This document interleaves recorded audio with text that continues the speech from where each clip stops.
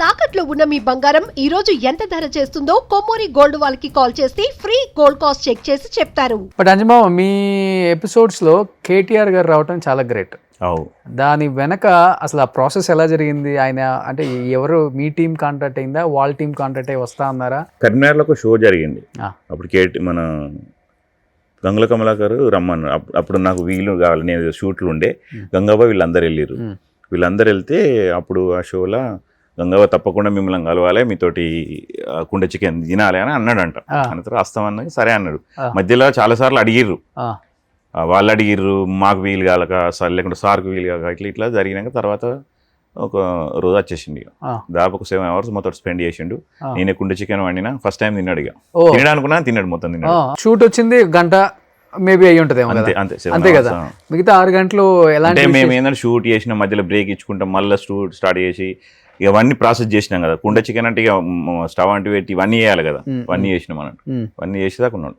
ఏమనిపించింది ఒక లీడర్కి ఉన్న క్వాలిటీస్ కేటీఆర్ గారిలో ఇవన్నీ కనిపించాయి మాకు? ఒక అంటే విలేజ్ వాళ్ళే కరెక్ట్గా చెప్పగలరు లీడర్ అంటే ఎవరు, పొలిటీషియన్ అంటే ఎవరు అనేది. మీరు కేటీఆర్ గారిలో గమనించిందంటే ఏమని చెప్తారు? అంటే తను ఏంటంటే అసలు తెలంగాణకు ఏమేమి భవిష్యత్తులో చెయ్యాలనేది బాగా పర్టికులర్గా ఉన్నది. ప్లస్ ఏదైనా సమస్య ఇస్తే ఆ సమస్య గురించి ఎట్లా పరిష్కరించాలనేది ఒకటి ఉన్నది. ఓకే. సో మాకు కూడా ఒకటి సమస్య ఉండే అని చెప్పినాం. మాకు ఇట్లా దాన్ని ఏమంటారు, రెవెన్యూ విలేజ్ కావాలని చెప్పి అన్నాం. మేము వచ్చింది మమ్మల్ని కలుస్తానికి, మేము అక్కడ ఇయ్యలేం కదా, ఇస్తే బాగుండదు అని చెప్పి అప్పుడు అది ఇయ్యలే. కానీ సరే తప్పకుండా చేస్తా అన్నాడు. యాక్చువల్గా గవర్నమెంట్ రాలేదు, గవర్నమెంట్కి నస్తే చేసేవాళ్ళేమో. మేమైతే దాని గురించి అయితే స్పష్టంగా చెప్పినాం. విలేజ్లో కొన్ని ప్రాబ్లమ్స్ చెప్తే దాన్ని కూడా సాల్వ్ చేసిండు. తర్వాత ఇంకొకటి ఏంటంటే మేము ఆ గవర్నమెంట్ పోయినాక ఈ గవర్నమెంట్ కూడా చాలాసార్లు కలిసినాం. దుద్దిల్ల శ్రీధర్ బాబు కలిసినాం, ఇంకా మా ఎమ్మెల్యేకు ఆది సీనన్నకి అందరు కలిసినాం. కానీ మాది ఇంకా సమస్య అది ముందడికి పోతలేదు.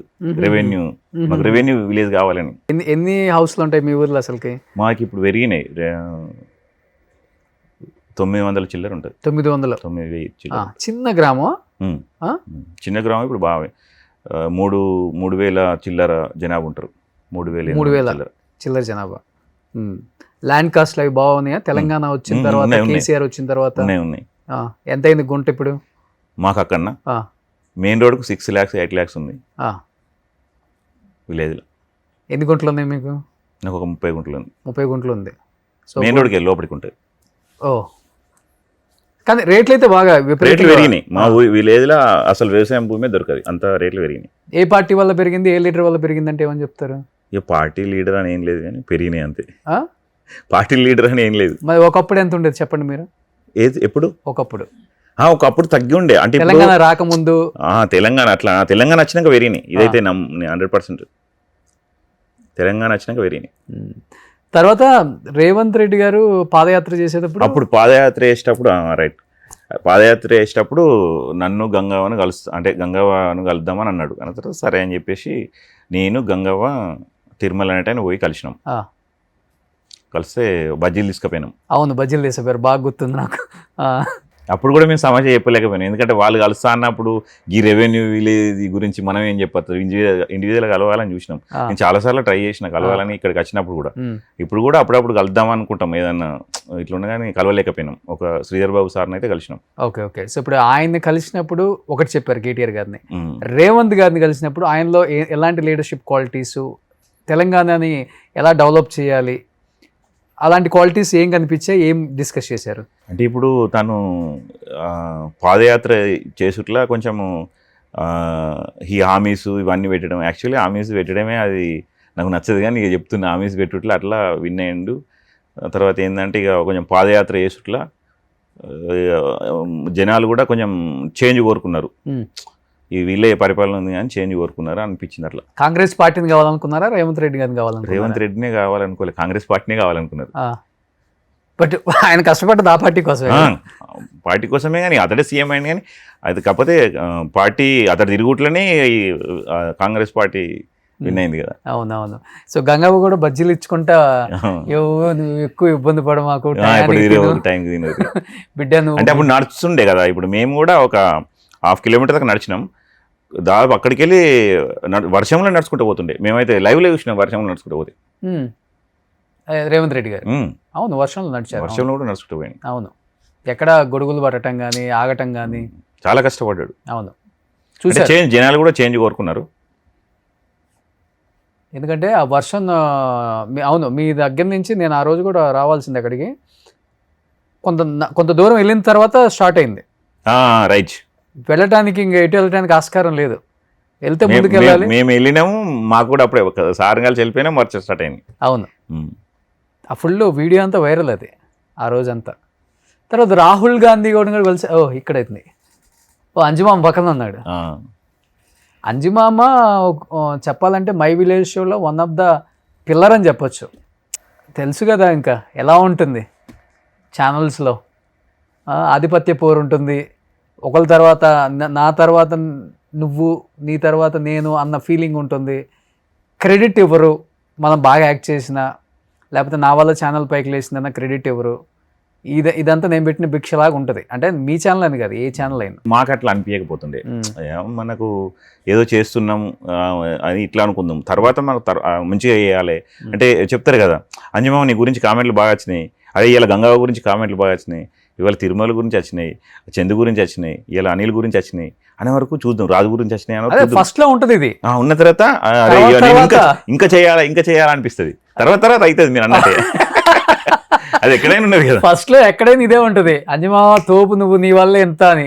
తర్వాత కదా కొంత డబ్బులు స్టార్ట్ అయినాక, కొంతమంది సబ్స్క్రైబర్స్ వచ్చిన తర్వాత, కొంత మంచి కంటెంట్ వచ్చిన తర్వాత, కొంతమంది ఇలాంటి వాళ్ళు యాడ్ అయిన తర్వాత అసలు ప్రపంచాన్ని నడిపించేదే నేనన్న ఫీలింగ్ లో ఉంటారు జనం. నిజమా కదా అది? మీరు అనుభవించారు, మీకు ఎక్స్పీరియన్స్ అయింది కాబట్టి మీకు తెలుస్తుంది. యాక్చువల్లీ మేము కలిసినాం అప్పుడు, సీఎం అయితే అనుకున్నాం, సీఎం అయింది. సీఎం అయిన తర్వాత అంటే మేము అనుకున్నాం సీఎం రేసులో ఉన్నాడు, ఖచ్చితంగా విన్ అవుతాడు, కలుద్దామనే ఆలోచనతో అది ఏమన్నా కానీ చెప్పేసి మేము కలిసినాం. ఏమన్నా మీకేముందిలే, ఎవరేమంటారు, ఎవరి ఇష్టం వాళ్ళది.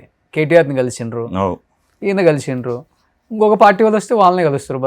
బండి సంజయ్ నువ్వు కలిసినావు ఆల్రెడీ. మరి ఇంకా బజ్జీలు చేసింది ఎవరు? అనిల్ అండ్ అనిల్, చందు, నేను.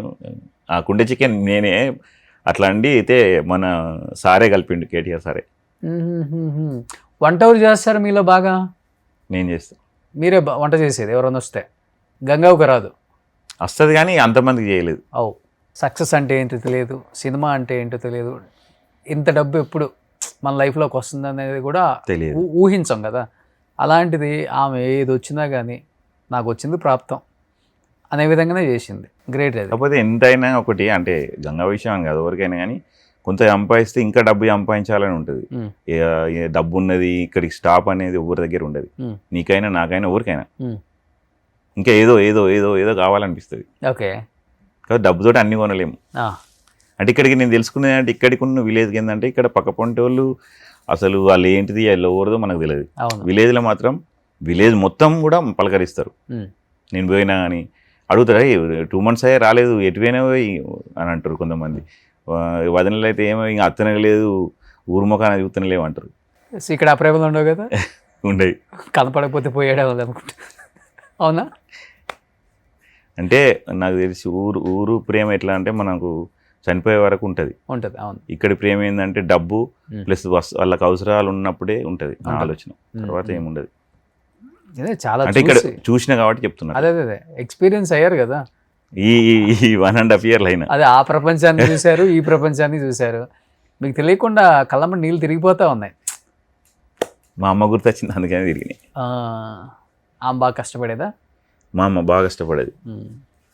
మాకు వ్యవసాయం ఉండే, చాలామందికి ఇప్పుడు కైకిలు పోదురు కదా, అప్పుడు పెసార్లు దుయ్యచ్చుడని, కంకులు ఇరుసుడు, పొలం కోసుడు. అప్పుడు కోసుండే, కోత మిషన్ లేకపోతుండే, పసుపు వండిస్తుండే. ప్రతి ఒక్కటి మేము దుకాణంలోకి పోయి ఏది కొనకపోతాం, నూనె కాని నుండి కూడా పట్టించుకొద్దుంటుంది.